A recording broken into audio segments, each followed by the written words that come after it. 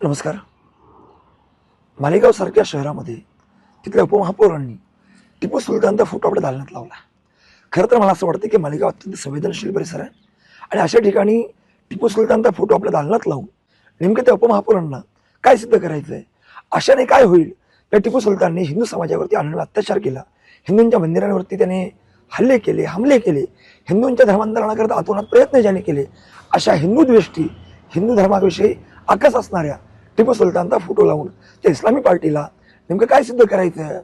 म्हणजे एक प्रकारे मालेगावचं अत्यंत उत्तम वातावरण त्यांना खराब करायचं आहे का? दोन समाजात तेढ निर्माण करायची आहे का? माझा त्या उपमहापौरांना थेट धमकीवादा इशारा आहे की आपण आगामी 48 तासात तो फोटो स्वतःहून हटवावा. जर तो आपण हटवला नाहीत तर शिवसेना धर्मीय आध्यात्मिक सेना थेट मालेगावात येईल. त्याला सामोरं आपल्याला जावं लागेल. माझी पोलीस प्रशासनाला विनंती आहे, संपूर्ण हिंदू बांधवांच्या भावना लक्षात घेत तात्काळ त्यांनी त्या दालनात तो फोटो हटवावा. अन्यथा भविष्यात जर काही तिथे चुकीचं वातावरण निर्माण झालं तर त्याला सर्वस्वी जबाबदार प्रशासन असेल.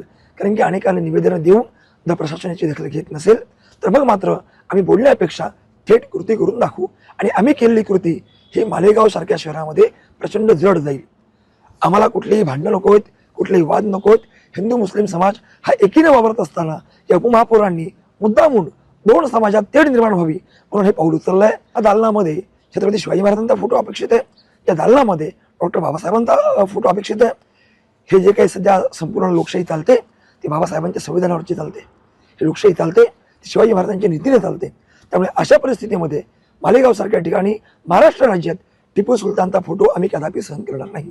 तर मागणी करणार आहे की अशा प्रकारे दोन समाजात तेढ निर्माण करणाऱ्या उपमहापौरांवरती देखील तात्काळ गुन्हा दाखल व्हावा आणि त्यांचं निलंबन करत तो फोटो त्या ठिकाणून निश्चित तात्काळ हटवला जावा. तो जर हटवला गेला नाही तर जी परिस्थिती उद्भवेल त्याला संपूर्णतः प्रशासन जबाबदार राहील. हे मी आपल्याला अत्यंत जाणीवपूर्वक सांगतो. निश्चित आपण याची नोंद घ्यावी.